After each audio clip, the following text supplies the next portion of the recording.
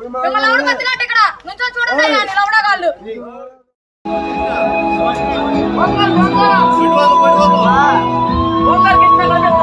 కోసం ఎదురు చూసి నీ కళ్ళు బాగా కాయలు కచ్చినట్టున్నాయి.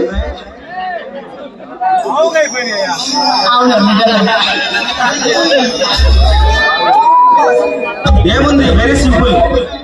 ఈ కొంటి కృష్ణుడిని కొంగుని కట్టేసుకుంటే సరిపోతుంది. అబ్బాయి గారు మంచి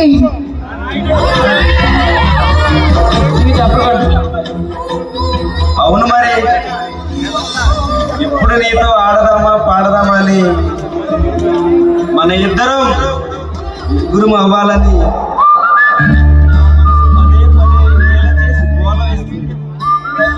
అవి ఏవైనా సరే నా మెడలో 3 ముళ్ళు పడ్డ తర్వాత అన్న విషయాన్ని తమరు బాగా గుర్తుపెట్టుకుంటే మంచిది అనుకుంటా. 3 ముళ్ళు పడడానికి ఇంకా చాలా సమయం ఉంది. ఈలోపు మనం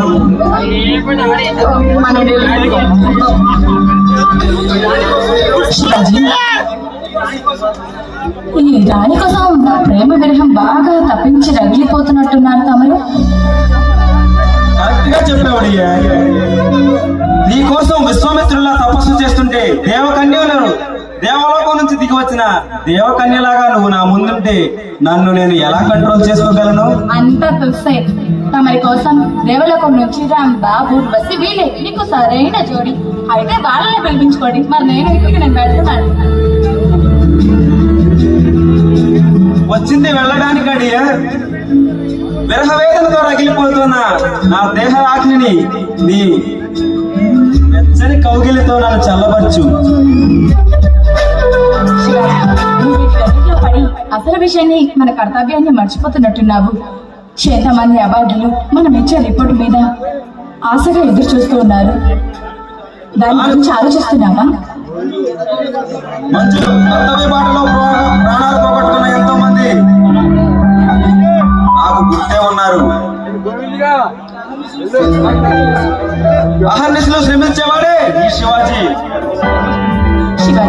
కానీ వాళ్ళు మన కోసం, మన ఇచ్చే తీర్పు కోసం ఎంతో ఆశగా ఎదురు చూస్తున్నారు. మంజు, ఆ దోషులకి శిక్ష పడదు. ఈ సంఘటన జరిగిన కాడి నుంచి ఆ బలరాం వాళ్ళంతా చాలా కోపంగా రగిలిపోతున్నారని తెలుసు. శివాజీ, నువ్వు చాలా జాగ్రత్తగా ఉండు. మంజు, వాడెంత కోపంగా ఉన్నా సరే నిన్నేమీ చేయలేడు. నిన్ను తాకాలంటే నన్ను దాటుకుని వెళ్ళాలి. శివాజీ, నేను ఒంటరిగా చేస్తున్న ఈ పోరాటంలో నా బాగోగుల గురించి ఆలోచించు. నా కోసమే నాకు వెన్నంటే ఉన్న నిన్ను చూడడం, నువ్వు నాకు పరిచయం అవ్వడం, నువ్వే నాకు భర్తగా లభించడం నిజంగా నా అదృష్టంగా భావిస్తున్నాను.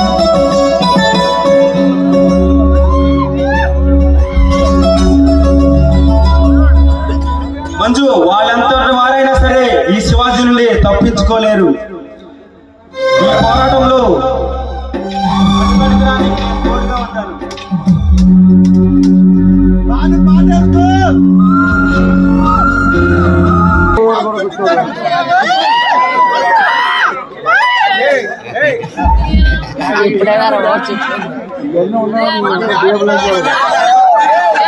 మీకు నిజంగానే ఇందాక చెప్పాక కామెంట్ చేయొద్దని.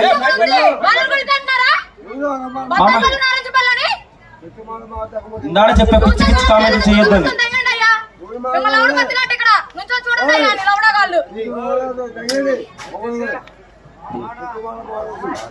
చూస్తే సైలెంట్ గా చూడండి, లేకపోతే వెళ్ళిపోండి. నో ప్రాబ్లం, మాకేం ఇబ్బంది లేదు.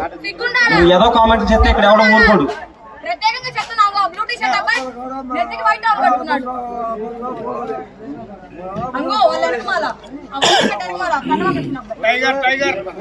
ఏ పని అయితే నీకేంటయ్యా? నువ్వు వచ్చి పెంచి పోషిస్తున్నావు మమ్మల్ని. దిగొచ్చా 10 పేర్లు చెప్పడానికి వచ్చుగాడి. నీలాంటి వాళ్ళు ఎంతమందిని చూస్తుంటారు, ఎంతమందిని. నలుగురిలో పరుగు పోగొట్టుకోవడం అవసరమా? ఏదో కామెంట్లు చేసి మన జాగ్రత్తలో మనం ఉండాలి.